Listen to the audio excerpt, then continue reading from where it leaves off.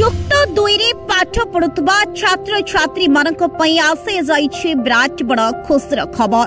पण आपण बारे युक्त 2 रो परीक्षा एबे देई सारिछंती कि तेबे ए खबरटी केवल युक्त 2 रे पाठ पढ़े सारिथिबा छात्र छात्री मानक पई।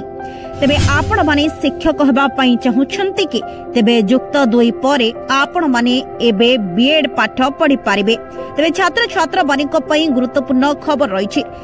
छात्र छात्री मानक पई खुशीर खबर रही जाइछि। आउ युक्त 3 नुहे एणिके युक्त 2 परे पढ़ी हेबो बीएड पाठ्यक्रम। एने सूचना दैछंती उच्च शिक्षा मंत्री सूर्यवंशी स्वराज। 8टी शिक्षक शिक्षण अनुष्ठान सहित निकटस्थ महाविद्यालय एमओयू 16टी शिक्षक शिक्षण अनुष्ठान मध्यरु 8टी एमओयू होइछि बोली उच्च शिक्षा मंत्री निजे कथा जणाइछंती।